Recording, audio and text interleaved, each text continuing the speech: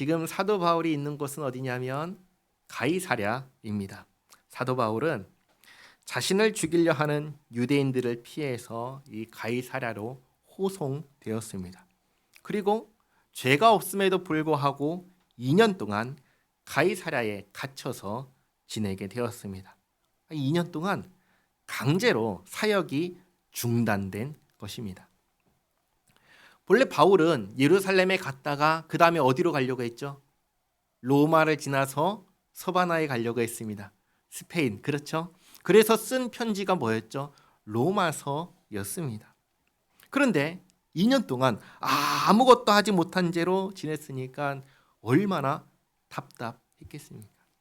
그러다가 이 벨릭스 후임으로 베스도가 총독으로 부임합니다. 오늘 말씀은 베스도가 총독으로 임명되면서 시작합니다. 1절 말씀 보시면 베스도가 부임한 지 3일 후에 가이사랴에서 예루살렘으로 올라가니 대제사장들과 유대인 중 높은 사람들이 바울을 고소할세 베스도의 호의로 바울을 예루살렘으로 옮기기를 청하니 이는 길에 매복하였다가 그를 죽이고자 함이더라.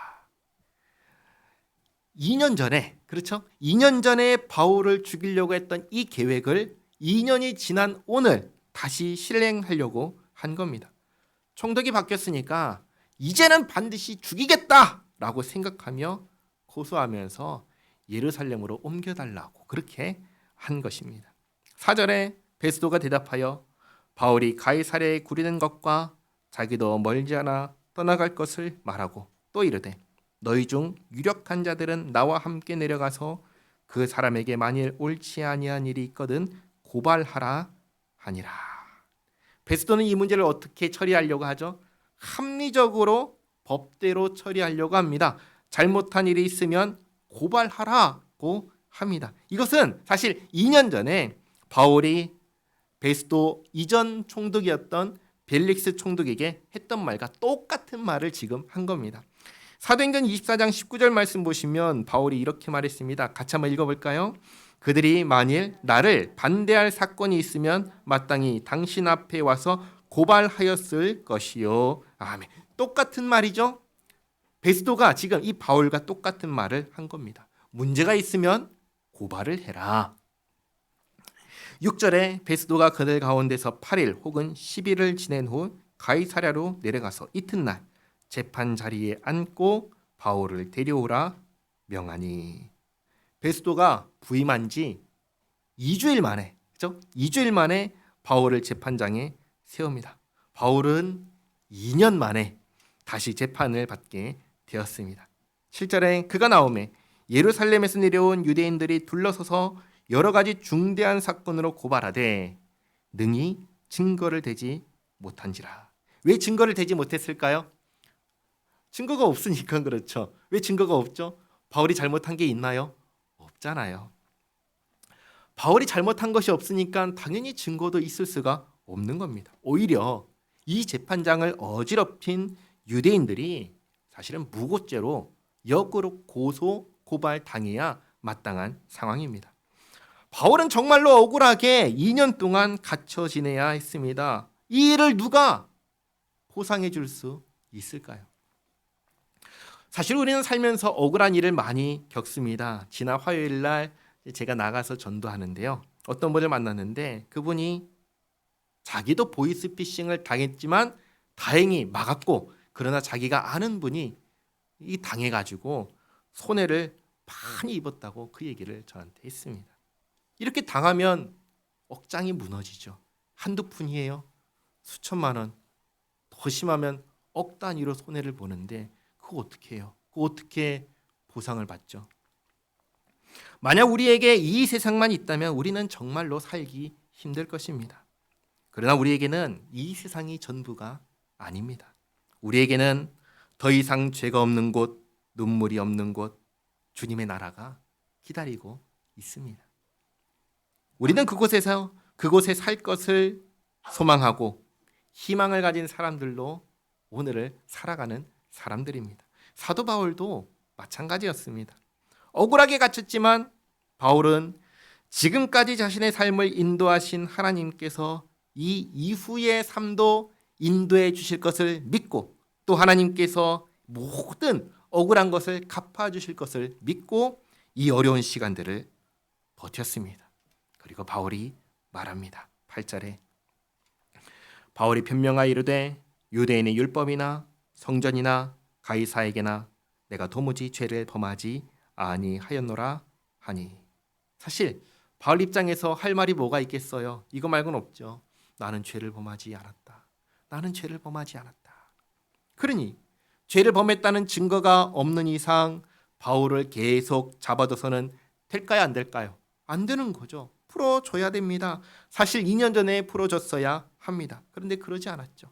그리고 9절 말씀 보시면 베스도가 유대인의 마음을 얻고자 하여 이제 막 부임한 총독으로서 유대인의 심기를 거스르지 않으려고 한 겁니다.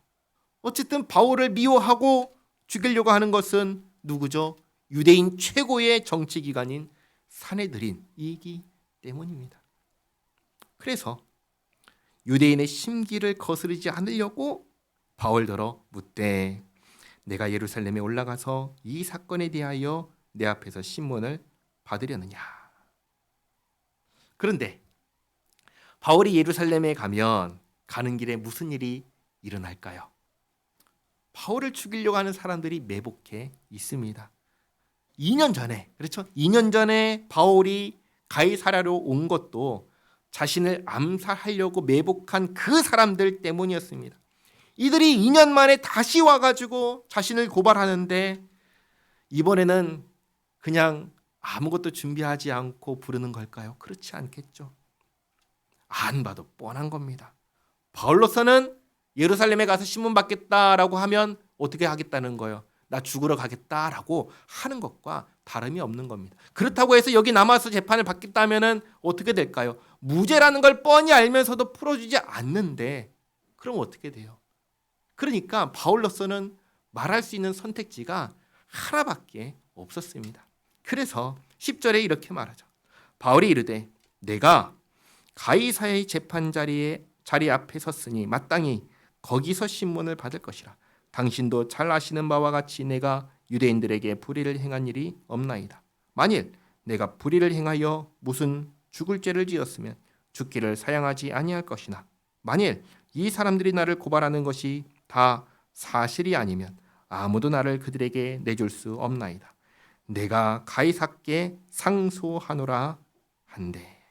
여기에서 바울이 할 수 있는 유일한 선택지가 로마 시민으로서 최고 재판관인 가이사에게 재판을 받겠다고 하는 것뿐이었습니다. 그게 유일한 길이었습니다.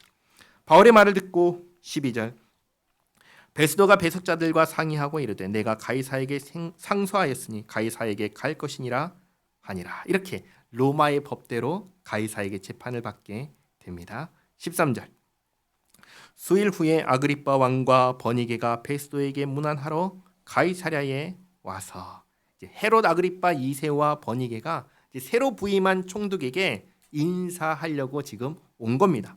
그리고 14절 여러 날을 있더니 베스도가 바울의 일로 왕께 고하여 이르되. 베스도가 부임한 지 얼마 안 되었기 때문에 마침 찾아온 아그리빠 왕에게 자문을 구하는 겁니다. 자문을 구하는 거예요. 제 전임이었던 벨릭스가 한 사람을 구려하여 두었는데 내가 예루살렘에 있을 때 유대인의 대제사장들과 장로들이 그를 고소하여 정죄하기를 청하기에 내가 대답하되 무릇 피고가 원고들 앞에서 고소 사건에 대하여 변명할 기회가 있기 전에 내주는 것은 로마 사람의 법이 아니라 하였노라. 일단 로마의 총독으로서 로마 법대로 처리하려고 한 겁니다. 17절 그러므로 그들이 나와 함께 여기 오매 내가 지체하지 아니하고 이튿날 재판 자리에 앉아 명하여 그 사람을 데려왔으나 원고들이 서서 내게 내가 짐작하던 것 같은 악행의 혐의는 하나도 제시하지 아니하고 오직 자기들의 종교와 또는 예수라 하는 이가 죽은 것을 살아있다고 바울이 주장하는 그 일에 관한 문제로 고발하는 것뿐이라. 내가 이 일에 대하여 어떻게 심리하는지 몰라서. 아주 솔직하게 아그리빠 왕에게 말하는 겁니다. 부임한 지 겨우 2주밖에 안 됐으니 이 문제에 대해서 내가 도대체 어떻게 해야 할지 몰라서 얘기합니다. 바울에게 묻되 예루살렘에 올라가서 이 일의 신문을 받으려느냐 한즉 바울은 황제의 판결을 받도록 자기를 지켜주기를 호소하므로 내가 그를 가이사에게 보내기까지 지켜두라 명하였노라 하니. 이렇게 이 모든 상황을 아그리빠 왕에게 말합니다. 그러자 22절 아그리빠가 베스도에게 이르되 나도 이 사람의 말을 듣고자 하노라. 베스도가 이르되 내일 들으시리이다 하더라. 이렇게 해서 이제 아그리빠 왕도 바울의 말을 듣게 되었습니다. 23절에 이튿날 아그리빠와 버니게가 크게 위엄을 갖추고 와서 천부장들과 시중에 높은 사람들과 함께 접견 장소에 들어오고 베스도의 명으로 바울을 데려오니 베스도가 말하되 아그리빠 왕과 여기 같이 있는 여러분이여 당신들이 보는 이 사람은 유대의 모든 무리가 크게 외치되 살려두지 못할 사람이라고 하여 예루살렘에서와 여기에서도 내게 청언하였으나 내가 살피건대 죽일 죄를 범한 일이 없더이다. 그러나 그가 황제에게 상소한 고로 보내기로 결정하였나이다. 그에 대하여 황제께 확실한 사실을 아를 것이 없으므로 신문한 후 상소할 자료가 있을까 하여 당신들 앞 특히 아그리빠 왕 당신 앞에 그를 내세웠나이다. 그 죄목도 밝히지 아니하고 죄수를 보내는 것이 무리한 일인 줄 아나이다 하였더라. 로마 황제가 이 일에 대해서 판단하려면 판단할 수 있는 재료가 있어야겠죠. 그래서 황제에게 보내기 전에 이 자리에서 바울을 신문하겠다라고 하는 것입니다. 26장입니다. 1절에 아그리빠가 바울에게 이르되 너를 위하여 말하기를 내게 허락하노라 하니 이에 바울이 손을 들어 변명하되 아그리빠 왕이여 유대인이 고발하는 모든 일을 오늘 당신 앞에서 변명하게 된 것을 다행히 여기나이다. 특히 당신이 유대인의 모든 풍속과 문제를 아심이니이다. 그러므로 내 말을 너그러이 들으시기를 바라나이다. 베스도가 부임한 지 얼마 안 된 베스도가 아그리빠 왕에게 자문을 구한 이유가 여기에 드러납니다. 아그리빠 왕은 바울이 말한 대로 유대인의 모든 풍속과 문제를 잘 아는 사람이었습니다. 그러니 지금 막 부임한 총독의 입장에서는 이 문제를 해결하는 데 있어서 가장 신뢰할 수 있는 사람이 이 아그리빠 왕이었습니다. 자, 그리고 이제 바울의 변론을 잘 들어보시기 바랍니다. 바울이 마지막으로 이 모든 사람들에게 예수님을 만난 사건을 이야기합니다. 4절에 내가 처음부터 내 민족과 더불어 예루살렘에서 젊었을 때 생활한 상황을 유대인이 다 아는 바라. 일찍부터 나를 알았으니 그들이 증언하려 하면 내가 우리 종교의 가장 엄한 파를 따라 바리새인의 생활을 하였다고 할 것이라. 가장 엄한 파가 어느 파죠? 가말리엘 파입니다. 가말리엘 파. 바울은 가말리엘의 제자로서 율법을 배웠습니다. 6절에 이제도 여기 서서 신문 받는 것은 하나님이 우리 조상에게 약속하신 것을 바라는 까닭이니 이 약속은 우리 12지파가 밤낮으로 간절히 하나님을 받들어 섬김으로 얻기를 바라는 바인데 아그리빠 왕이여 이 소망으로 말미암아 내가 유대인들에게 고소를 당하는 것이니이다. 당신들은 하나님이 죽은 사람을 살리심을 어찌하여 못 믿을 것으로 여기나이까. 다시 말해 예수님의 부활을 왜 못 믿을 것으로 여기십니까?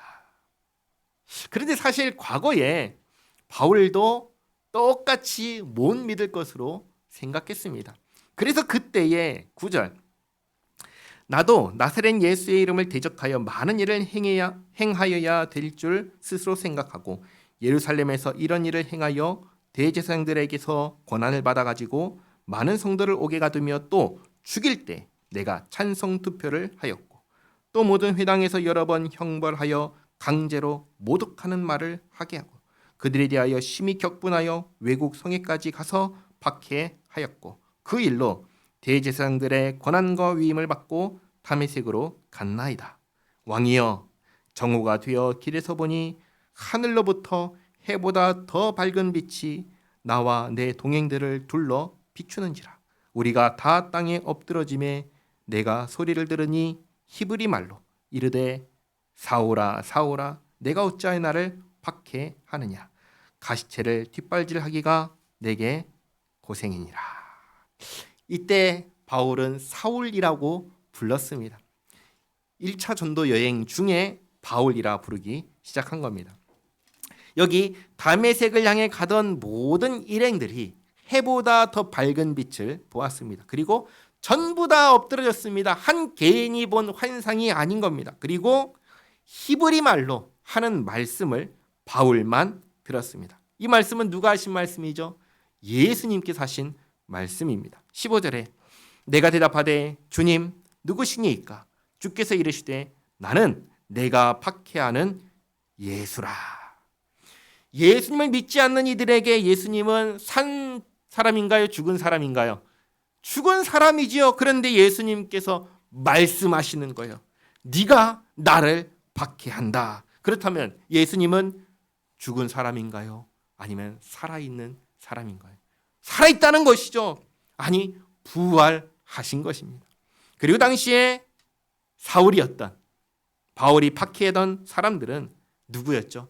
예수 믿는 사람들이었습니다. 예수님 자신이 아니었습니다. 그러나 예수 믿는 사람들이 교회이고 교회는 예수님의 몸입니다. 결국 예수 믿는 사람들을 박해하는 것은 예수님의 몸을 박해하는 것과 같은 것이죠. 그래서 예수님께서 사울에게 네가 나를 박해한다고 하신 것입니다. 예수님의 부활을 믿지 않았던 사울의 입장에서는 이 일이 그냥 지나갈 수 있는 일이었을까요? 그럴 수 없는 일이죠. 기절초풍할 일이었을 것입니다. 죽었다 생각했던 예수가 살아있고 이단 사입이라고 생각해서 잡아들여왔던 예수 믿는 사람들이 사실은 하나님의 약속을 따라 신실하게 살던 사람들이었던 것입니다.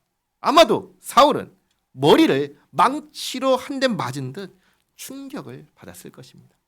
그리고 예수님께서 계속 말씀하시기를 16절에 일어나 너의 발로 서라. 내가 내게 나타난 것은 곧 내가 나를 본 일과 장차 내가 내게 나타날 일에 너로 종과 증인을 삼으려 하매니 이스라엘과 이방인들에게서 내가 너를 구원하여 그들에게 보내어 그 눈을 뜨게 하여 어둠에서 빛으로 사탄의 권세에서 하나님께로 돌아오게 하고 죄 사함과 나를 믿어 거룩하게 된 무리 가운데서 기업을 얻게 하리라 하더이다.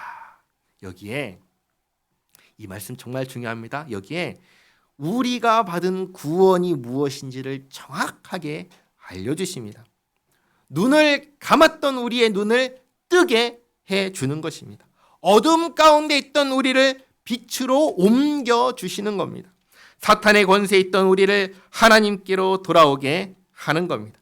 죄의 사함을 받게 하고 거룩하게 하시며 천국을 상속받게 하시는 겁니다. 이게 우리가 받은 구원의 내용입니다.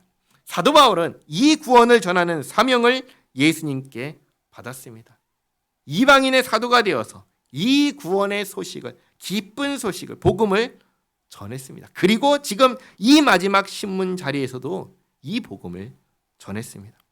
이 시간에 한번 자신을 돌아보시기 바랍니다. 바울이 전한 복음 그리고 우리가 받은 복음은 무엇입니까? 가장 간단하게 요약하면 이것입니다. 나는 어떻게 천국에 들어갑니까? 나는 어떻게 천국에 들어갑니까? 우리는 지옥에 가기는 싫습니다. 그러나 우리는 또한 정의는 실현돼야 된다고 생각을 합니다. 다시 말해 죄인은 상 받아야 된다고 생각하나요? 벌 받아야 된다고 생각하나요? 죄인은 벌 받아야 된다고 생각합니다. 이거에 대해서 아니라고 말할 수 있는 사람은 단 한 사람도 없습니다. 그리고 나 자신을 돌아보시기 바랍니다. 나는 죄인입니까? 의인입니까? 나는 죄인입니다. 그러니 정의는 나에게도 실현되어야 하는 것입니다. 그러면 죄인인 나는 뭘 받아야 되죠? 상을 받아야 되나요? 벌을 받아야 되나요? 벌을 받아야 되죠. 그러면 나는 어디 가요? 지옥 갈 수밖에 없는 겁니다. 왜죠? 지옥은 죄인이 가는 곳이기 때문입니다. 내가 지옥에 가지 않고 천국에 가려면 천국에 가기 위해서 내가 할 수 있는 것은 무엇이 있을까요? 할 수 있는 것 아무것도 없습니다. 내가 할 수 있는 것은 지옥에 가서 벌 받는 것 뿐입니다. 그런데 하나님께서 아들 예수님 보내주셨습니다. 내가 받아야 될 모든 형벌을 예수님께로 전부 다 옮기셨습니다. 예수님께서 십자가에서 내가 받아야 될 죄벌을 다 받으시고, 그리고 나는 하나님의 자녀가 되게 하시고 하나님 나라 천국에 들어가게 해 주셨습니다. 누가 그렇게 해주셨죠? 내가 했나요? 아니죠. 예수님께서 다 대신해 주셨습니다. 그래서 우리는 예수님을 어떻게 믿는 사람들이죠? 나를 구원하신 구원자로 믿습니다. 나는 예수님을 내 삶의 주인으로 믿습니다.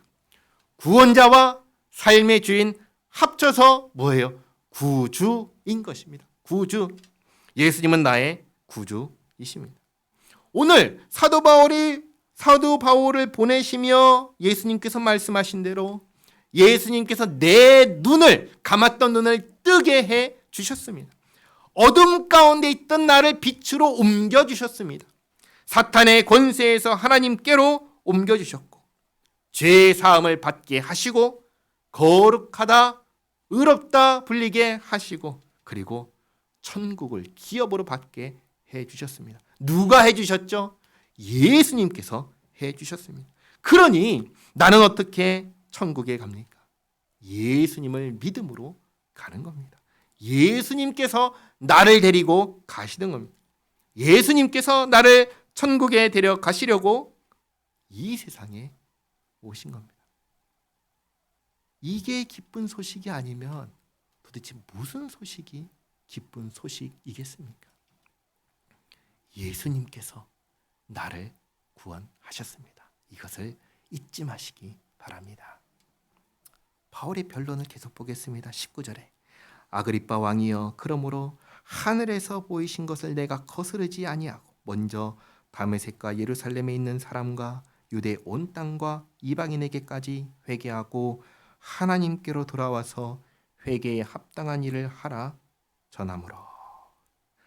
회개에 합당한 일이 뭐죠? 예수님 믿는 겁니다. 그리고 구원받은 자로서 예수님 말씀대로 사는 겁니다. 예수님께서는 앞으로 구원받을 우리 맞나요? 아니죠. 이미 구원하신, 그래서 구원받은 우리에게, 하나님의 아들과 딸 된 우리에게 무엇을 하라고 하셨지요? 한마디로 말하면 사랑하라고 하셨습니다. 그렇죠? 사랑하라고 하셨습니다. 누구를 사랑하죠? 하나님을 사랑하고 이웃을 사랑합니다. 하나님 사랑은 어떻게 하는 거라고 했죠? 예배하는 거라고 했습니다. 하나님을 예배하는 것이 하나님을 사랑하는 것이다 라고 말씀드렸습니다. 이웃 사랑은 어떻게 하는 거라고 했죠? 이웃 사랑은 다 요약하면 이제 지난주부터 한마디로 이렇게 말씀을 드렸죠. 전도하는 것이다. 그렇죠? 왜냐하면 전도하기 위해서 악을 행할 수 없잖아요. 베풀고 도와야 되잖아요. 그렇잖아요. 무례에 행하지 않잖아요. 이 모든 것 다 왜 하죠? 전도하기 위해서. 전도한다는 이 말씀 안에 우리가 해야 할 모든 것이 다 담겨 있는 거예요. 이웃 사랑, 전도하는 것입니다. 바울이 회개에 합당한 이 일을 행하라, 이것을 전했다고 합니다. 바울이 이걸 전하자 21절에 유대인들이 성전에서 나를 잡아 죽이고자 하였으나 하나님의 도우심을 받아 내가 오늘까지 서서 높고 낮은 사람 앞에서 증언하는 것은 선지자들과 모세가 반드시 되리라고 말한 것밖에 없으니, 다시 말해서 이 성경에 기록된 것을 전한 것밖에 나는 다른 것을 한 것이 없습니다. 23절 곧 그리스도가 고난을 받으실 것과 죽은 자 가운데서 먼저 다시 살아나사 이스라엘과 이방인들에게 빛을 전하시리라 함이니이다 하니라. 다시 말해 예수님의 죽으심으로 우리가 구원받았다는 것이 예수님의 부활하심으로 확실히 증명되었다라는 것입니다. 이렇게 해서 앞에서 22장에서 층대 위에서는 미처 다 전하지 못했던 복음을 오늘 이렇게 전했습니다. 24절 바울이 이같이 변명하며 베스도가 크게 소리내어 이르되 바울아 내가 미쳤도다. 내 많은 학문이 너를 미치게 한다 하니. 베스도는 어느 민족이죠? 로마 사람입니다. 그렇죠? 로마 사람인 베스도의 입장에서는 바울을 이렇게 오해할 수밖에 없습니다. 사실 이 세상의 어떤 종교도 이 복음과, 우리가 전하는 복음과, 우리가 받은 복음과 조금이라도 비슷한 이야기를 하는 종교는 있을까요? 없을까요? 없습니다. 존재하지 않습니다. 이 세상 모든 종교는 구원받기 위해서, 천국에 가기 위해서, 또 지옥에 가지 않기 위해서 뭘 얘기해요? 내가 무엇을 해야 하고 나는 무엇을 할 수 있다라고 말합니다. 그러나 성경은 뭐라고 얘기하죠? 나는 아무것도 할 수 없다라고 말합니다. 무엇을 위해서요? 지옥에 가지 않기 위해서, 천국에 들어가기 위해서 내가 할 수 있는 것은 아무것도 없다라고 분명하게 말씀합니다. 그리고 아무것도 할 수 없는 나를 위하여 하나님께서 사람이 되셨고 사람을 위하여 죽으시고 부활하셨다고 아주 분명하게 말씀하십니다. 이러한 이야기를 하는 종교는 이 세상에 기독교 외에는 존재하지 않습니다. 25절에 바울이 이르되 베스도 각하여 내가 미친 것이 아니요 참되고 온전한 말을 하나이다. 베스도에게 이렇게 말한 뒤에 아그리빠 왕을 향해서 다시 말합니다. 26절 왕께서는 이 일을 아시기로 내가 왕께 담대히 말하노니 이 일에 하나라도 아시지 못함이 없는 줄 믿나이다. 이 일은 한쪽 구석에서 행한 것이 아니니이다. 다시 말해 나 바울의 망상이 아니라 분명한 사실이고 지금 나는 사실을 전하고 있습니다. 당신도 알지 않습니까? 라고 얘기를 하는 겁니다. 그리고 27절에 아그리빠 왕이여 선지자를 믿으시나이까? 믿으시는 줄 아나이다. 그러니 만약에 선지자를 믿는다면 선지자가 가리킨 그리스도 예수님을 믿는 것이 마땅하다라는 얘기를 지금 하는 겁니다. 이 뜻을 아그리빠 왕이 탁 눈치를 채고 28절에 하는 말이 아그리빠가 바울에게 이르되 내가 적은 말로 나를 권하여 그리스도인이 되게 하려 하는도다. 바울이 이르되 말이 적으나 많으나 당신뿐만 아니라 오늘 내 말을 듣는 모든 사람도 다 이렇게 결박된 것 외에는 나와 같이 되기를 하나님께 원하나이다 하니라. 다시 말해 나처럼 예수님 믿고 구원받기를 원합니다. 30절 왕과 총독과 버니게와 그 함께 앉은 사람들이 다 일어나서 물러가 서로 말하되 이 사람은 사형이나 결박을 당할 만할 행위가 없다 하더라. 이에 아그리빠가 베스도에게 이르되 이 사람이 만일 가이사에게 상소하지 아니하였더라면 석방될 수 있을 뻔하였다 하니라. 아멘.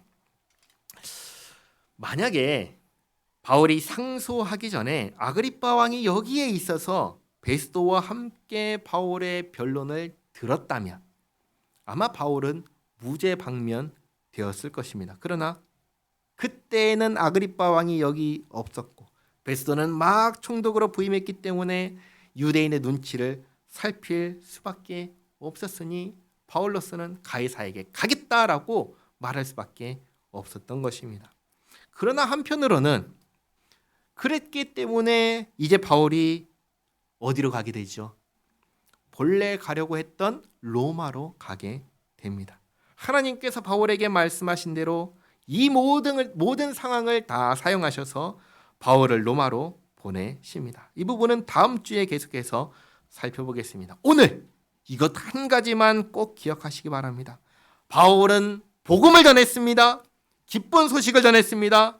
기쁜 소식은 내가 아무리 노력해도 착해지려고 해도 봉사를 많이 하고 좋은 일을 많이 하더라도 갈 수 없는 곳 천국에 예수님께서 나를 데리고 가신다는 소식입니다. 누가 데려가신다고요? 예수님께서 우리를 천국에 데려가시는 조건이 무엇입니까? 딱 한 개밖에 없죠. 믿어라. 내가 데려갈 테니 나를 믿어라. 그렇죠. 우리는 예수님을 믿는 사람들입니다. 예수님을 나의 구원자로, 나를 구원하신 분으로, 나를 천국에 데려가시는 분으로 믿는 사람들입니다. 이것을 잊지 마시기 바랍니다. 믿음으로 살아가는 우리 모두가 되기를 바랍니다. 기도하겠습니다. 하나님 감사합니다. 저로서는 아무리 노력해도 벗어날 수 없는 지옥에서 건져주시고 아무리 착한 일을 많이 해도 들어갈 수 없는 천국에 예수님을 믿음으로 들어가게 해주셔서 감사드립니다. 예수님은 참으로 저희의 구원자이시고 삶의 주인이십니다. 이제 예수 믿는 사람으로 살기 원하오니 저희를 인도하여 주시옵소서. 늘 하나님을 예배하고 또 이웃에게 복음을 전하며 정말 하나님께서 기뻐하시는 사람으로 살게 하옵소서. 예수님의 이름으로 기도하옵나이다. 아멘.